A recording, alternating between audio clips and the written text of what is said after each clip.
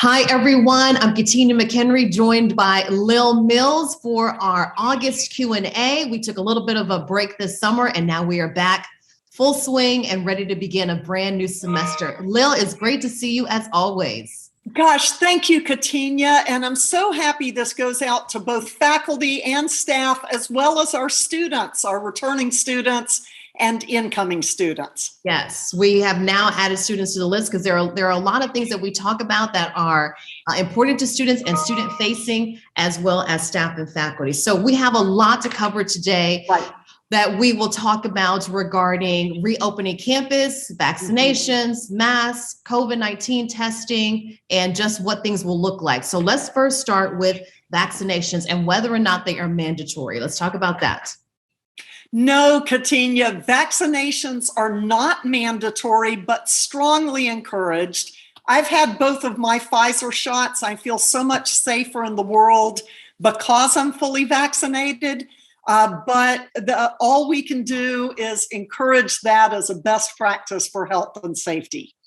And we are reopening campus, full reopen, as some messages have gone out from the president's office as well as the provost's office. So if you haven't seen those messages, make sure you check your inbox.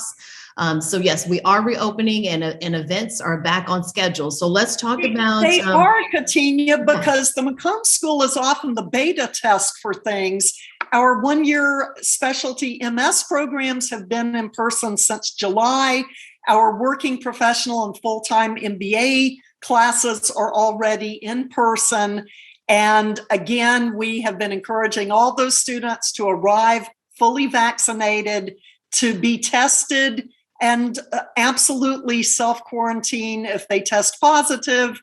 And when you come to campus, you will see a lot of your faculty members in masks, which is preferred and encouraged. And of course, we encourage students to wear masks as well to protect themselves, their classmates, and their faculty members. Absolutely. And I think one of the purpose of doing these Q&As is to make sure we have clarity around messages and to eliminate as much confusion as we possibly can. So you mentioned testing. So let's talk about COVID-19 testing and who will be encouraged to do that and those groups that it will be mandatory for. So if you live in a UT residence hall on campus, there's a new requirement that you test negative for COVID before you will receive your dormitory key. For the rest of our students, we're requiring that they get a COVID test in the 72 hours of arriving on campus, submit that to the University Health Services, and if they test positive for COVID, they should absolutely quarantine themselves, not come to class during that quarantine period. And this is a measure to protect everybody, including each of you. It is recommended that you get tested in the town where you live before you come to campus. Absolutely. And, you know, UT wants to be mindful of the financial costs to students. So we hope you feel like you could do this testing before you arrive. But once you're on campus, it is free.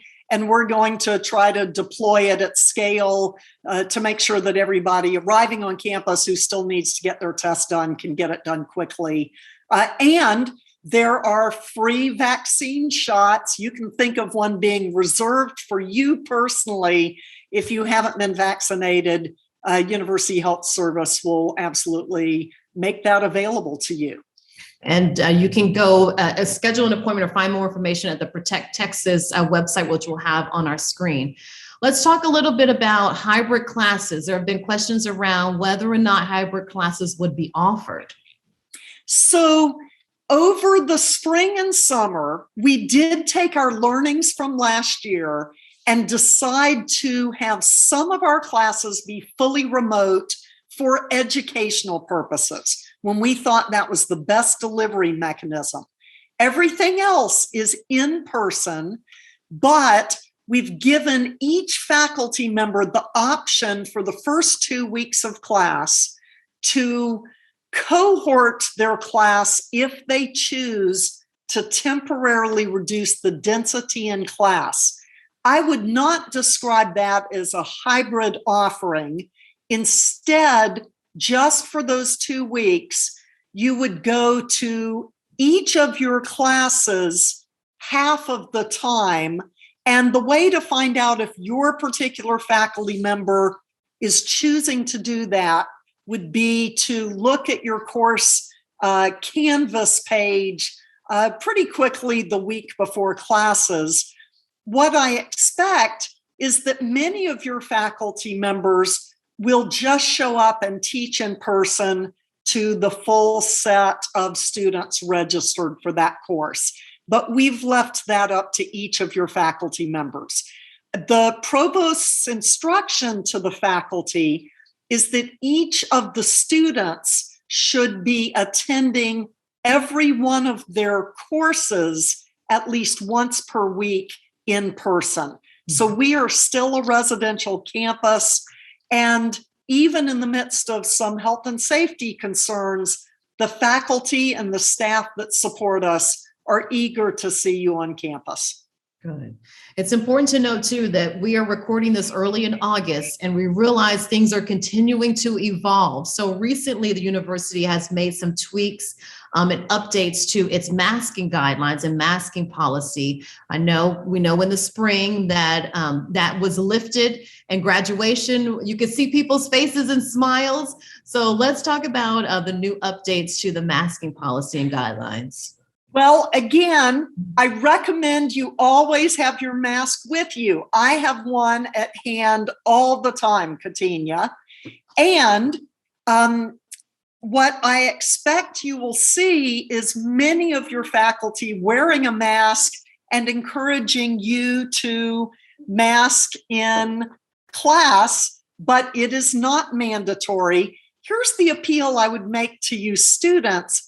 We have so many faculty and staff who are raising young children who are not yet eligible to be vaccinated, children 12 and under. And these faculty and staff members are coming to campus to give students a rich residential learning experience. And that's a little scary for my colleagues with young kids at home. I have 4 toddler grandchildren.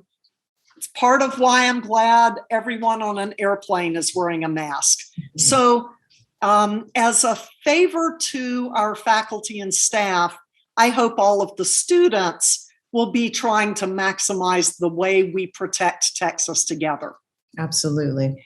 Going back just one step a little bit in regards to COVID, vaccinations, coming back to campus, I think parents are also as concerned as some of the students are. So what's your message to parents that may be watching this, or it may have been forwarded to them by their student? What's your message to parents overall? Gosh, we are so proud that your child got into UT and that you're trusting us with their education and safety. We have been messaging to faculty and staff throughout the spring and summer to please get vaccinated and to wear masks in dense indoor locations. And we're going to continue to take that seriously and encourage the best practices we can for your students, certainly while they're on campus with us, and to the extent we can, to encourage good behavior off campus. Well, what would trigger a complete UT shutdown? What would have to happen for the campus to go back in lockdown as we were previously? Gosh, I wouldn't even describe us as ever in full lockdown, Katinya. We didn't have a trigger last year, and we don't have one set this year. Last summer, 70% of McCombs faculty were willing to come teach in person with everyone masked. And that was before we had a vaccine. We now have a variant of the virus that is more contagious, but vaccines are free and widely available to people 12 and over. And so I don't know of any plans that would create a specific trigger. But as you say, we'll update you with new information anytime we get it. Absolutely. Another topic that I think is on the minds of faculty and staff as they're thinking about coming back to campus, and also we implemented new flexible working arrangements, is parking. And we know parking on campus can be a little bit of a challenge, but there is a new option now for parking by the day. So can you talk about that? Sure. I know that in the old days, everyone was here 5 days a week and they would buy an annual parking pass. Now that we have flexible work arrangements, you might find the $5 a day parking pass on our PTS, Parking and Transportation Services website a better arrangement if you're a faculty and staff member coming occasionally. And what's that called, Katinya? I know you know. Yes, it's called the Occasional Parking Pass. Appropriately named. It is. It is. And as we welcome faculty and staff, McCombs faculty and staff back to campus, you'll have a retreat. Of course, this particular Q&A will be posted for the month of August.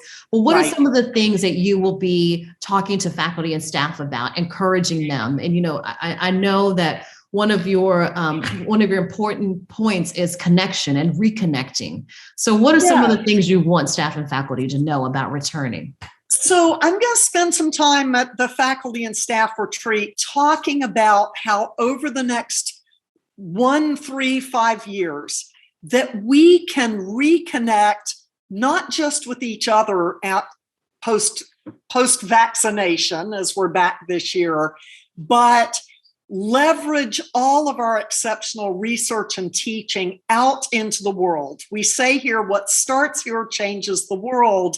And I want McCombs to throw its doors open even wider. So we have 100,000 alumni. I want us to get the systems and the personal invitations that engage them better.